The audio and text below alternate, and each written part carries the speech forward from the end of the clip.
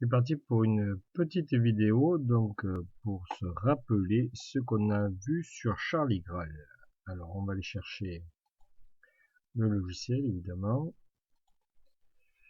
Charlie Graal, on va l'avoir quelque part par là. Voilà, GCFAO. Voilà sur le raccourci peut-être, sur le bureau. Alors ensuite, on va ouvrir la fenêtre, fichier nouveau.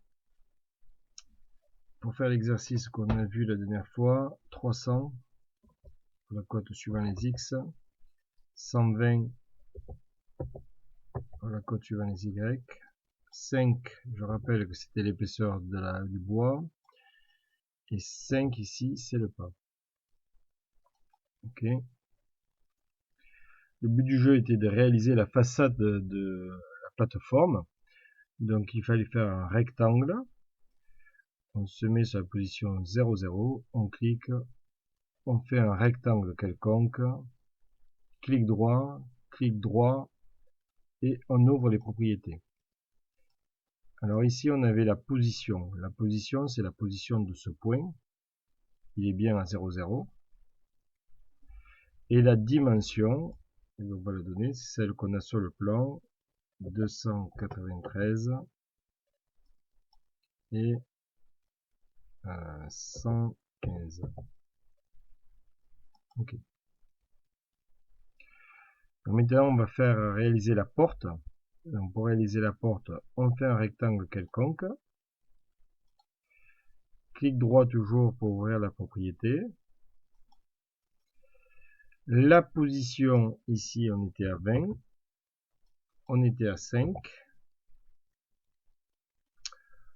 On était ici à 35, ça bouge pas. Et ici, on était à 95. Ok, c'est toujours par rapport à ce point. Pour faire les bords arrondis de la fenêtre, je clique sur les raccords. Je choisis le premier, c'est en congé. Je mets un rayon de 5. Ok. Je clique ici, dans l'angle, à l'extrémité, et le résultat est fait. Je vais maintenant faire le hublot. Le hublot c'est un cercle, donc je prends la fonction cercle. Je vais donc le positionner n'importe où. Je vais faire un clic droit, encore un clic droit, ouvrir les propriétés. Ici, attention, celui qui m'intéresse c'est le milieu là. Bon, le milieu c'est celui-là.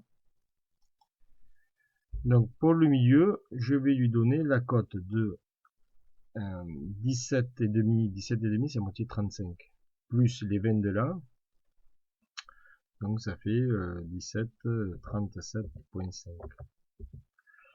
Et en hauteur, je vais y mettre 85.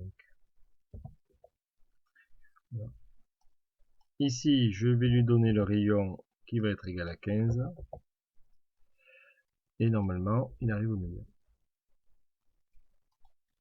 Allez, on fait une première pause. Dans la deuxième partie, on va donc fabriquer les fenêtres. Donc pour fabriquer la fenêtre, on va dessiner un rectangle. Le rectangle, on va le mettre n'importe où. On clique un premier point, on s'écarte, on clique toujours gauche au deuxième point. Pour faire apparaître les propriétés, clic droit, propriété. Et là maintenant, on va lui donner la position. Alors les X, la cote qui va de là à là, on nous a dit que c'était 78. La cote qui va en bas, c'est la cote 52. On contrôle que c'est toujours ce point hein, qui est éclairé. Voilà, c'est celui-là par rapport à ce point. Et maintenant, la cote ici de la dimension, c'est 32. Et en Y, 47. Ok. Donc maintenant, je vais faire mes rayons qui vont être égaux à 5. Ok. Clic gauche, dans l'angle. Le travail est fait. Je vais sélectionner, prendre l'outil sélection. Je vais maintenant lui faire un clic droit pour faire apparaître ce tableau. Clic droit pour faire dans transformation. Et je vais faire une translation, puisque je dois déplacer mes fenêtres sur le côté. Donc une translation. Je vais les translater de 55. Et je vais les déplacer. Je vais en déplacer 2. On va mettre 2 de plus. Ok. Voilà. Alors après la translation, on va travailler sur la symétrie. Donc on va déplacer la porte qui est ici pour la mettre de l'autre côté. On va commencer par tracer l'axe de symétrie. Donc on va faire une ligne qui va passer par le milieu de ce trait. Je vais maintenant avec un clic gauche, toujours on est un clic gauche, cliquer ici et je vais positionner cette droite et je veux qu'elle soit perpendiculaire. Alors je vais aller chercher la fonction perpendiculaire. Perpendiculaire à quoi? À ce trait. Et je vais me déplacer vers le bas, tirer, tirer, tirer, tirer, pour que le trait apparaisse en bas et je le valide. Enfin, je fais un clic droit, jusqu'à présent j'étais un clic gauche, clic droit pour enlever la fonction. Je vais sélectionner maintenant la porte. Si je sélectionne la porte ici, quand je vais vouloir sélectionner le rond, ça va se désélectionner. Donc il faut utiliser la touche du clavier Shift pour avoir les deux. Ou alors, je peux créer une fenêtre. Et à ce moment-là, j'aurai les deux. Clic droit pour voir la propriété.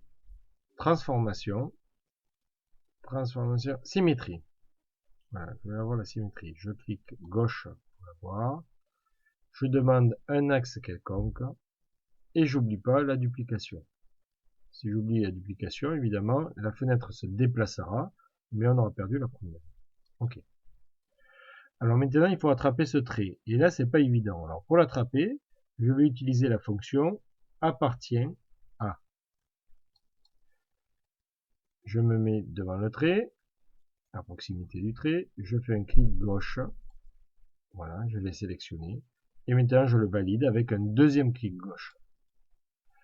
Maintenant, je vais refaire appartient à. Je vais là en bas, clic gauche, et pour valider, deuxième clic gauche. Et la porte est arrivée. Il me suffit de supprimer le trait qui est là, en faisant supprimer sur mon clavier. Et cette opération est terminée. Alors, pour finir cet exercice, on va faire le dernier trait. Donc, c'est une polyligne. On va se mettre en position clic gauche toujours pour valider les points. Clic droit pour arrêter. Clic droit pour sélectionner. Clic droit, la propriété. Là, la propriété, je clique sur le gauche, toujours. Alors, ici, ce qui m'intéresse, c'est le point d'en haut. D'accord? Donc, ce point ici. On y va tranquillement. Donc, il se situe à 40 et 115. Et sa longueur est 10. OK. Ensuite, je vais faire une transformation par translation. Gauche. Je vais mettre 1. Avec une duplication de 1. Je vais sélectionner les deux. Clic droit, translation, translation. Et là, je vais mettre la cote de 50. Et la duplication, je vais la mettre 1, 2, 3, 4, 5 fois. Voilà.